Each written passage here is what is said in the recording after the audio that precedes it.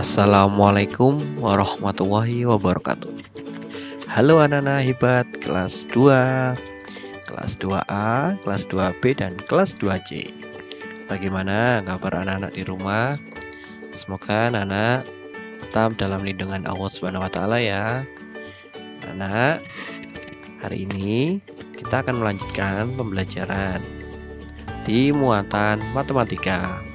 Namun hari ini kita akan berfokus pada materi yang berkaitan dengan alat ukur.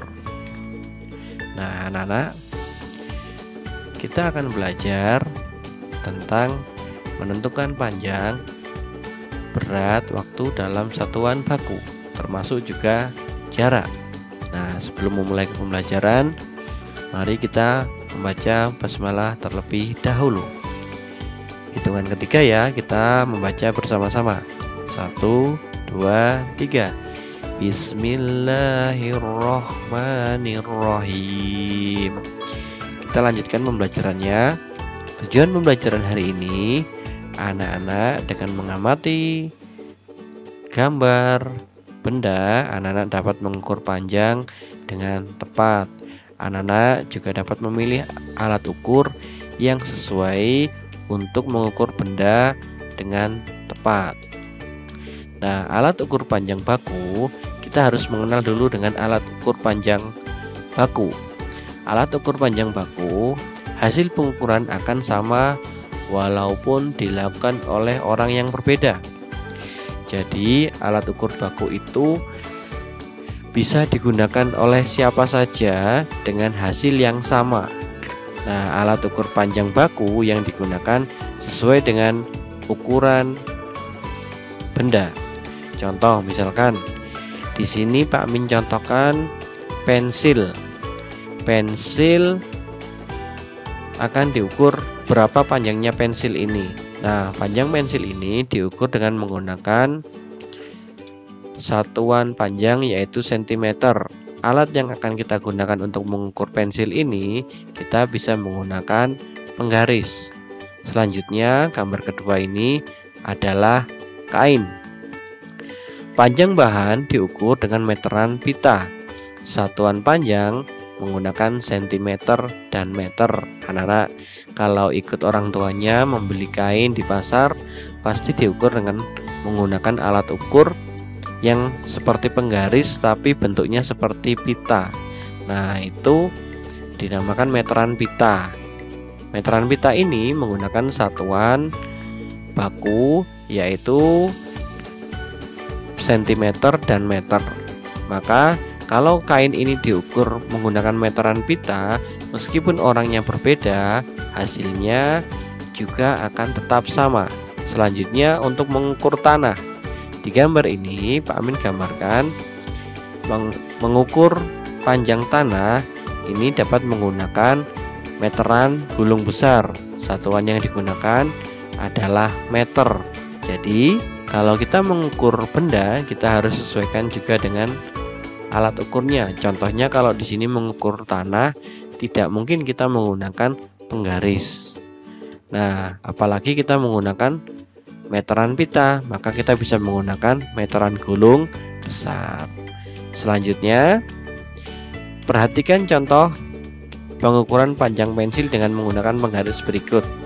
Nah, langkah-langkahnya adalah meletakkan titik nol di ujung penggaris tepat dengan ujung awal pensil yang akan diukur.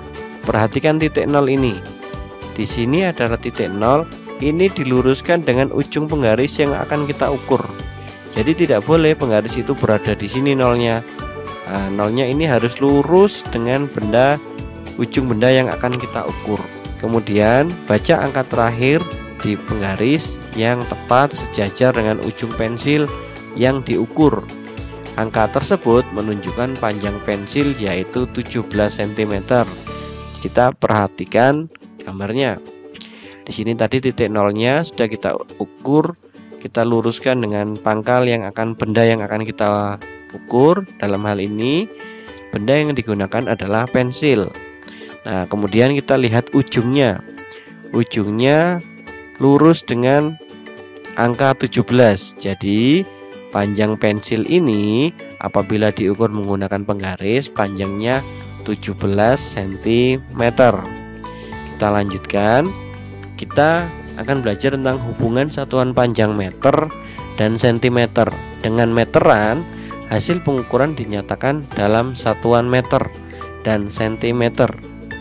Kedua satuan panjang tersebut memiliki hubungan sebagai berikut. 1 meter sama dengan 100 cm. Nah, kalau Pak Amin punya kain misalkan panjangnya 2 meter, maka berapa sentimeter? 200 cm, karena 1 meternya sama dengan 100 cm.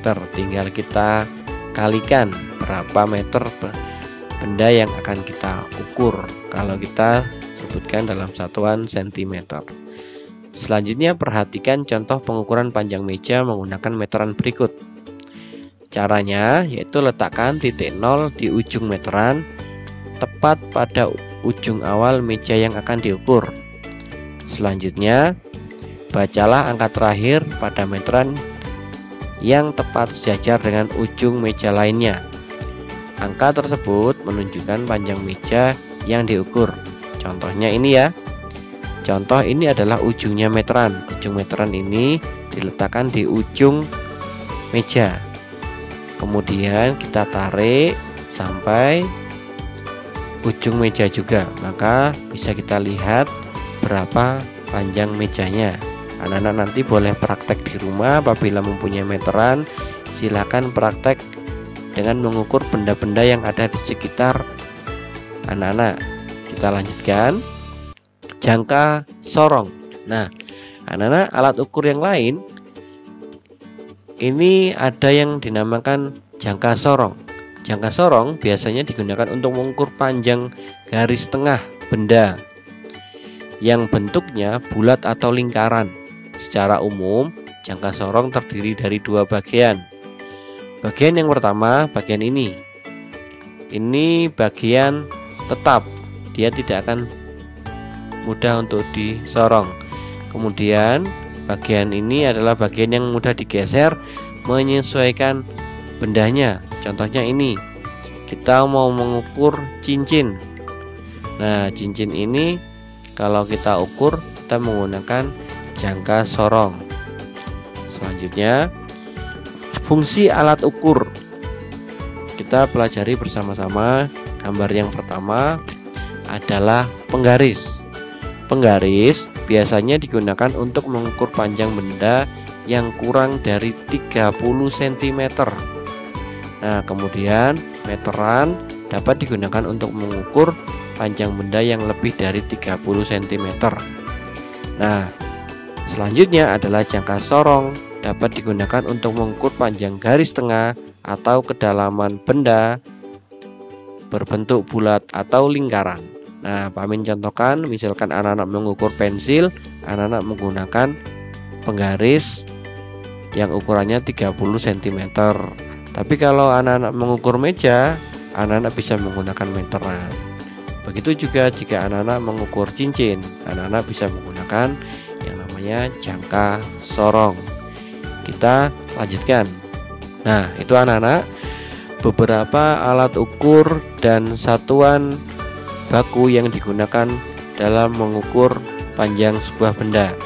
Tadi kita sudah belajar tentang satuan ukur baku dalam mengukur panjang benda, yaitu menggunakan satuan baku cm dan meter. Nah, satuan baku ini bisa dilakukan oleh berbagai orang, namun hasilnya nanti tetap sama sesuai satuan yang sudah kita tentukan atau sesuai dengan panjang yang sudah kita dapatkan dari hasil sebelumnya. Anak-anak di rumah silakan praktekkan ukur beberapa benda yang ada di rumah. Anak-anak bisa menggunakan penggaris, jangka sorong, atau meteran apabila anak-anak memiliki di rumah. Nah, namun hal yang harus diperhatikan anak-anak apabila anak-anak menggunakan penggaris, terutama meteran. Meteran ini memiliki ujung atau tepi meteran yang tajam. Jadi anak-anak harus memperhatikan penggunaannya. Anak-anak boleh meminta bantuan kepada orang tuanya untuk mengukur beberapa benda yang menggunakan meteran, terutama meteran gulung. Demikian pembelajaran bersama Pak Amin untuk mengukur panjang benda dengan menggunakan alat ukur penggaris, meteran, jangka sorong dengan satuan ukur yaitu meter dan sentimeter. Selanjutnya anak-anak silakan melakukan pengukuran dan mengerjakan LK yang sudah Pak Amin siapkan. Nah, terima kasih anak-anak, hari ini sudah mengikuti pembelajaran dengan baik. Anak-anak tetap semangat belajar di rumah. Pak Amin akhiri. Wassalamualaikum warahmatullahi wabarakatuh.